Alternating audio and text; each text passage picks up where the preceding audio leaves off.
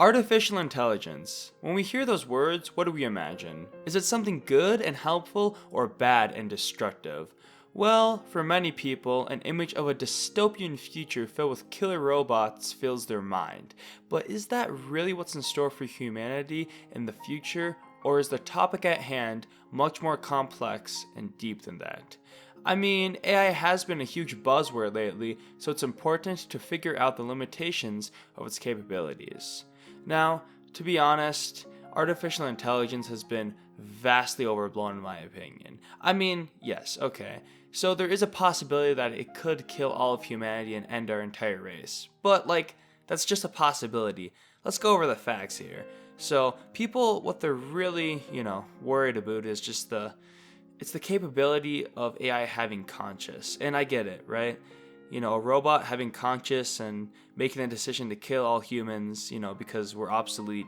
It could happen, I get it, but I mean, is that really what's gonna, the likelihood of that, I feel, is just pretty slim, And I think it lies more in the people that are making them, because already when you see in things like ChatGPT, you see biases, and lots of biases, actually.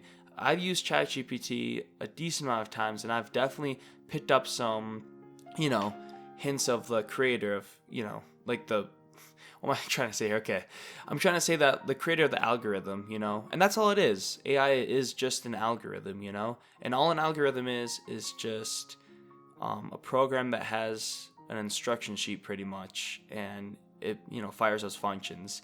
And I get it. ChatGPT is, it looks pretty scary, and to be fair, it is pretty scary. I mean, no, there definitely is some stuff to be worried about for sure. I think a lot of jobs are gonna fall ill to artificial intelligence because, I mean, if you're a business owner, AI, you don't have to pay it like an hourly, wage. I mean, it doesn't have to go back to its family. It's an AI. It's a robot. It's just you tell it to do something and it'll do it, and that's all robots or AI or any of that or any machinery has ever done for us. It's always just been a tool for us to use, So I don't know how it could gain consciousness. And people, a lot of people are worried about, and you've actually, we've actually seen this because if you've seen that one piece of paper, it wasn't paper, it was some digital thing, but hundreds of industry leaders have been calling for a pause on artificial intelligence, most notably Elon Musk. And they all signed this thing, and I think that's why ChatGPT 5.0 is being delayed, because they want just 6 months, I believe. I think it's 6 months. Don't quote me on that. I think it's 6 months. They want 6 months for a pause so we can regulate AI and better understand it before it gets too powerful. That's what they're scared of. Now, when you hear that, you might be freaking out, right? Because these are the smartest people in the country. Some of them are the smartest people in the world, And they're saying we got to pause AI because we don't know enough about it, and it could be too dangerous, right? And fair point. Because if all these smart people are doing it, it's a natural reaction to be scared of it. But there's some things to remember. I think one of the things is that they're scared of its potential to take away jobs. That's a big one, right? I don't think they're as scared of it taking over the world necessarily, but maybe taking jobs, maybe not working the way that we intended it. I think a big fear of it is it becomes so smart that it goes beyond our mind and just tells it what to do and just keeps building itself better and better. But again, for that, I think you need a consciousness, and that whole debate with consciousness, if they can have it or not, it's a really big deal, because if AI can have consciousness, at least in the way we're thinking, then it can't just go off and if it's programmed to do one thing, it's going to do that. For example, ChatGPT, I'm going to keep using it because it is by far the biggest example. It can't just, it can do a lot of things. You say it, you tell it to do something, it'll do it. But its function is to take stuff from a huge database, right? And reorganize it in a way that'll best suit us. That's its function, right? So it might seem like it can do everything, but it's really just scouring this database and, predicting which words are best suited. And that's because it's gone through a lot of training and a lot of tests, and it's been ran through over and over and over again, and it keeps getting worked on. And that's why, it's not, it can't just do anything, It can't just find a new way to build a building, It can tell you already made ways to build a building or already made ways to make, a recipe, but it can't like make a new one. It doesn't have creativity, and that comes with consciousness.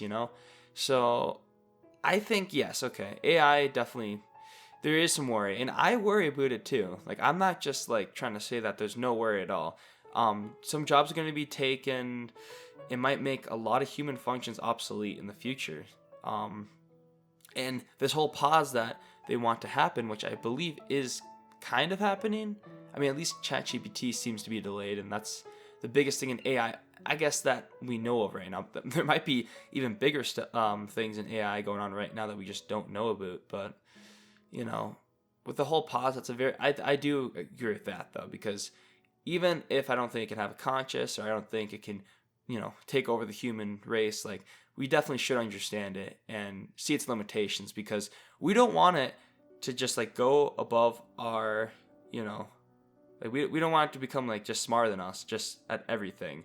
And one thing that's scary is that the newest ChatGPT 4.0, it can beat 90% of the bar test scores. And if you don't know what the bar is, it's like the exam you have to take to become a lawyer. Pretty much saying it's smarter than 90% of lawyers, which ChatGPT 3.0 could only beat 10% of the test. That's an 80% increase. Or wait, maybe not. But you're going from 10% to 90%. Like, that's a huge jump, And then 5.0, apparently it's mostly done. They're just pausing it because of that one thing signed by like all the smart people. So yeah, like stuff like that. Like, we don't want ourselves to become obsolete. And also with like the potential for fabrications with all this like deep fake technology and like the AI voices you guys have probably seen on YouTube, which some of them are so funny. But yeah, it's kind of scary because you can like incriminate people. And I get it. There's lawyers and there's this process where, you probably won't be proven guilty, but just the fact that that's even like an option is, it's scary. Like, there's a lot of things to be worried about, but will it take over the earth? I don't think so. Will it cause huge harm to the human race? I don't think so. Because one thing I haven't touched on is how it can help us. I've only talked about the detriment, what it can do, and how I don't think it's going to be as detrimental. But let's go. I mean, there's so many positives. It's never been easier to learn a new skill, I went on ChatGPT and just typed out, like, help me with coding, right? And I don't code, but I just wanted to see what it could do. And then it had, like, lesson 1. And I said, give me something harder. And then it had like lesson 2, and it'd walk you through it, or to learn a language, or to learn all these things. It's like going on the internet, but like it's like if someone, have you guys ever had like, I don't know, like a relative that's just really smart and just knows their stuff, and you just ask and they can just like answer any question? That's how it is, right? But instead of just being like a relative with limited knowledge, it just has like almost infinite knowledge. At least until September 21, because that's the cutoff date for the ChatGPT that we're using right now. But it's just crazy. It just pinpoints all these things, like connects all the dots of the internet. It's just so nice. So that's really good. And then in the future, how AI could help us do stuff that we physically cannot do. For example, like in space, it can go out there, and maybe like we can use AI to help study and pattern recognize certain things in space that we don't know about, because we have limited knowledge. So I don't know, like, yes, okay, there is some worry, and I am worrying a little bit too. So, to answer the title of the video, yes, I think we should worry a little bit about AI, but we should also look forward to the positives of AI, as there's so many. And just remember, I think the evil of AI won't necessarily come from the AI itself, but the people that use it. Just like any great technology, like the nuke, when it was just America, we're chilling, but then the Soviets got it, and then it's like, oh boy, like it could be all out nuclear war and the end of the world, So yeah, there's just technologies that you just don't want to fall into the wrong hands. I think that's what it really boils down to. It's the people that have the AI, not necessarily the AI itself, that'll be scariest. So yeah, I mean, I think this is a pretty, good discussion, and I definitely want to hear you guys' thoughts in the comment section, and I want to discuss, because there's some points that I probably didn't, talk about, because for pretty much the whole video, I'm just kind of free, like doing this with like free of script, and it's the first type of video that I'm doing like this, but I just want to try it out. Like, I don't know, just something I want to do on this channel, and hopefully you guys like this style content, because I'm enjoying it right now, and I think it's going over a pretty important topic, AI, and there's probably people that are way smarter than me that have a better take on it. So please put that knowledge in the comment section. Let's have a discussion, or even a conversation.